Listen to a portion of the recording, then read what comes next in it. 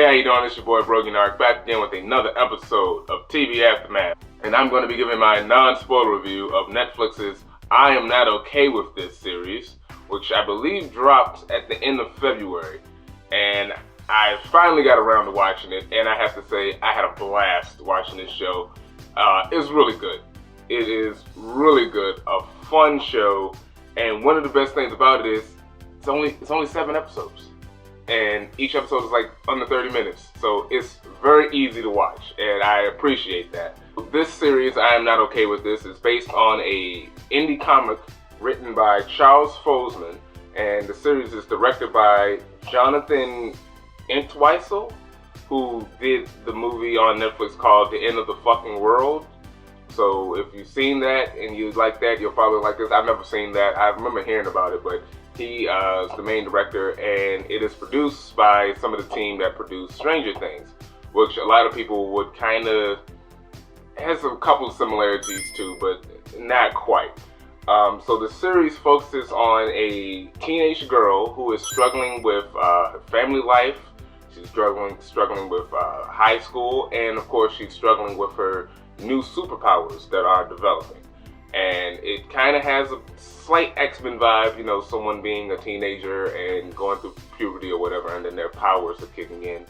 And it's also a little bit, like, the best way I can describe this is, at least to me, is this is kind of like if John Hughes and John Carpenter made a movie in the 80s. Because this show is a modern show, but it has a very 80s vibe, which I guess some people would compare it to Stranger Things. But even more so than Stranger Things, which is set in the 80s, this show feels like something that was actually made in the 80s in terms of like how people dress, the music, the soundtrack, and the way it's filmed. It makes me think of something that could have been made in the 80s, actually made in the 80s. So, and that's really fun. I wasn't expecting that, because when I started watching it, I couldn't tell, like, is this set in the past or is this set in the present? But once I saw people use cell phones, I was like, okay, it's set in the present.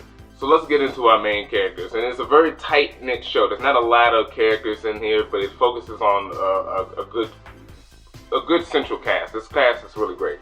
So we have our main character, Sydney Novak, played by Sophia Lillis, who you may recognize from the new It movie, and she also looks like a young Amy Adams. She really does.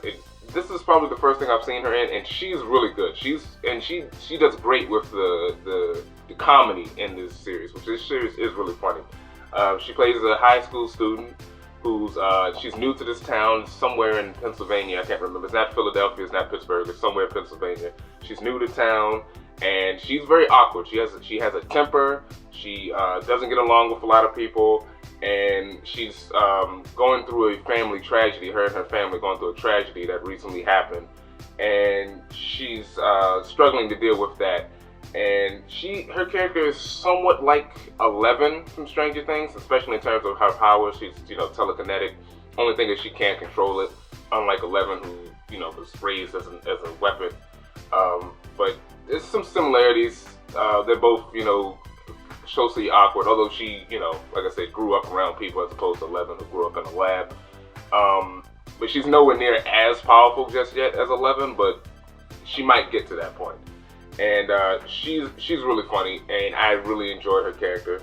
We have Dina, played by Sophia Bryant, who is also new to town. They've been in town for about a year or two, but she's the smart, popular, beautiful girl at high school, and she's also Sydney's best friend. She's like of the two people that she's cool with, because it's just her and her little brother.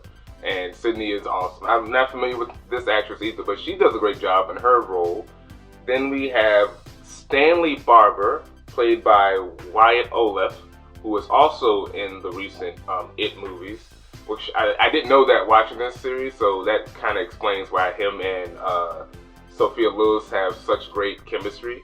And he's Sydney's neighbor. He's Sid's neighbor, and he's this nerdy, awkward guy, which you can look at him and see he's going to fit that role.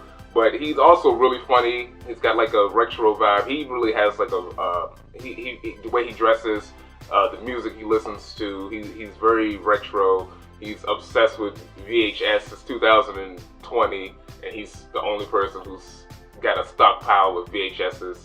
And he has a crush on Sid, and he's trying to, you know, young awkward kids trying to get to know each other in high school. It follows those tropes, but he's a fun character. He's a nerd, but he's not like, he's more of a modern day nerd. Like, he's not someone who's always bullied on. The biggest bully he has is his father. Like, him and his dad don't get along. He's also obsessed with this band called Blood Witch, which was this fictional band that was made up for this show, but he's a big fan of it. They have their own music that's played out through this series, which is really good stuff. Next we have Brad Lewis, played by Richard Ellis, who I think this is also another first time seeing him. And for some reason, he reminds me of Chris Evans. Like, he doesn't look exactly like Chris Evans, but like, if this was made a couple years ago in like the 90s, I could see Chris Evans playing this role.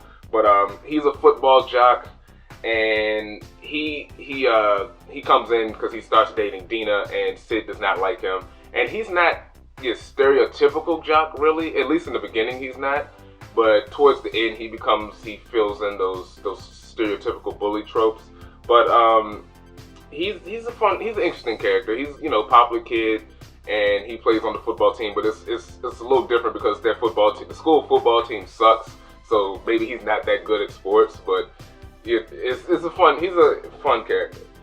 And so the positives of this show is funny. I like the directing and the cinematography. I like how certain things are staged, like how certain jokes are delivered, and how certain ways her powers are used. Because there's not a lot of that in the show, but it pops up in certain moments. It's really Sid's relationships that really carries the show. The 80s vibe, I love. The soundtrack is dope. And it's short and simple. Like I said, it's very short and it's very simple, and it doesn't need to go on really long. It tells a story and then it gets out. And that might be one of the negatives I can think of, is that it is a bit too vague. They don't explain too much of certain things. They're kind of leaving that for the next season, which I'm fine with, but that might be a problem for some. And as always, I talk about my favorite episode, and as for my favorite episode would be episode 5, Another Day in Paradise, which focuses on Sid and her friends end up in detention, and then Sid has a problem, and the gang has to help her in a heist to solve that problem. And one of the things is a subtle reference to the movie The Breakfast Club, when you see who's in detention, and each of these characters are basically the characters from The Breakfast Club. I thought that was kind of fun. But yeah, that would be my favorite episode. And as for a grade of I am not okay with this, it would be an A, a 10 out of 10. I really enjoyed this. I was going to give it like a 9 out of 10, but the more I thought about it and I kind of watched it again, I was like, yo, this is a really good series. You should check it out. I'm glad someone suggested it to me, and I was like, all right, I'll watch it. Once I heard it was about a comic book, I was really more interested, seeing how, because I like when certain smaller indie comics can get put in the big screen and adapted in a certain way, and they did a good job. I'm definitely excited to see a second season. I'm excited to see where this story is going, because it's kind of grounded to a degree. Like, I want to see, will it get bigger, or will it keep that same sort of groundedness throughout the series? I don't know, but that's all speculation. But yeah, love this series. Go check it out. It's worth your time. And that's all I have to say for this video. Thanks for watching. Let me know what you thought about the series in the comments. And if you want spoilers, there will be a spoiler review dropping sometime after this one. So you can save your spoiler thoughts for that. Thanks for watching, and stay tuned for more videos. Peace.